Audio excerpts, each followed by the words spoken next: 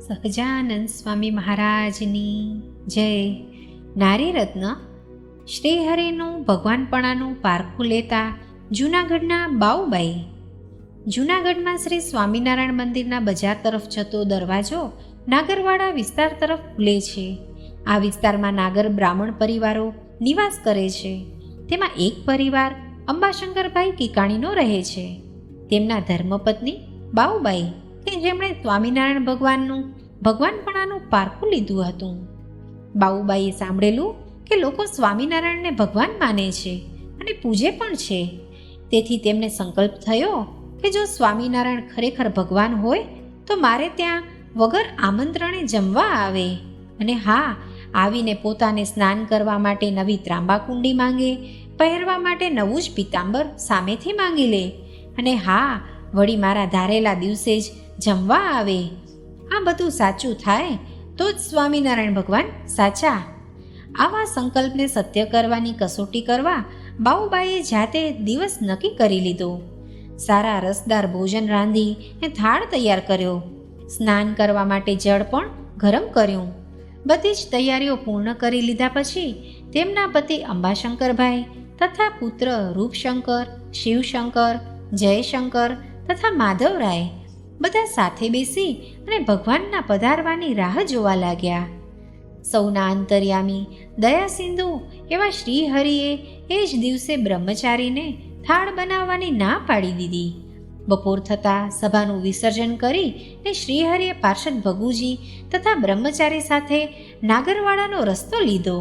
શેરીઓ પસાર કરતા અંબાશંકરભાઈની ડેલીએ પહોંચ્યા અને ભક્તનું નામ પોકારી ડેલી ખખડાવી. બાઉબાઈ, બારણું ખોલો. અંદરથી અંબાશંકરભાઈ બોલ્યા, કોણ છે અટાણે? શ્રીહરિ કહે, અરે, તમે બધાય જેની વાટ જુઓ છો એ સ્વામિનારાયણ છીએ અને તમારા સંકલ્પાનુસાર જમવા આવ્યા છીએ. આ સાંભળીને તો અંબાશંકરભાઈ, બાઉબાઈ તથા તેમના પુત્રો સૌ દોડીને ઝડપથી બારણું ખોલીને આવકારો આપ્યો. પધારો મહારાજ, અમે તમારી જ રાહ જોઈ રહ્યા છીએ. મહારાજ માટે આસન બિછાવીને તેમને બેસાડ્યા.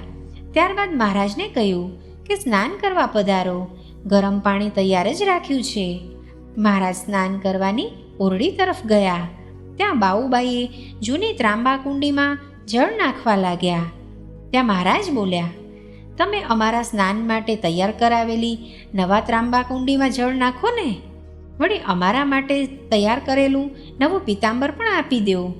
આમ બાઉબાઈ તો પોતાના મનના સંકલ્પો સાચા થવા લાગતા જ હરખાઈ ઉઠ્યા અને હરખભેર નવી ત્રાંબાકુંડીમાં જળ ભર્યું તથા નવું પિતાંબર આપ્યું. હરખાઈ તો ઉઠે જ ને, કારણ કે અક્ષરધામાધિપતિ પૂર્ણ પુરુષોત્તમ નારાયણ આજે પોતાને ત્યાં થાળ જમવા વગર આમંત્રણે પહોંચ્યા છે. શ્રીહરિએ તો નવી ત્રાંબાકુંડીના જળથી સ્નાન કર્યું, નવું પિતાંબર પહેરી ને પ્રેમથી ભોજન કર્યું. કિકાણી પરિવારે મહારાજનું પૂજન કર્યું. મહારાજ કુટુંબના પ્રેમ ભાવ અને શુદ્ધ ભાવનાથી ખૂબ પ્રસન્ન થતા વરદાન માંગવાનું કહે છે.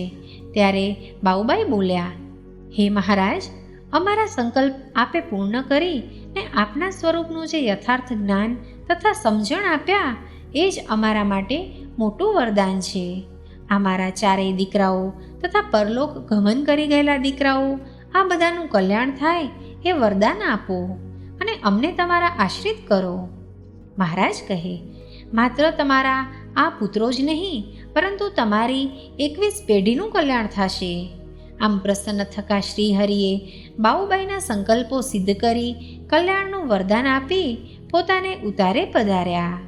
આમ બાઉબાઈ શ્રીહરિના આશ્રિત થઈ અનન્ય ભક્ત બન્યા અને જૂનાગઢ મંદિરમાં ઠાકોરજીની સેવામાં રહી મહારાજનો ખૂબ રાજીપો મેળવ્યો હતો. સહજાનંદ સ્વામી મહારાજની જય.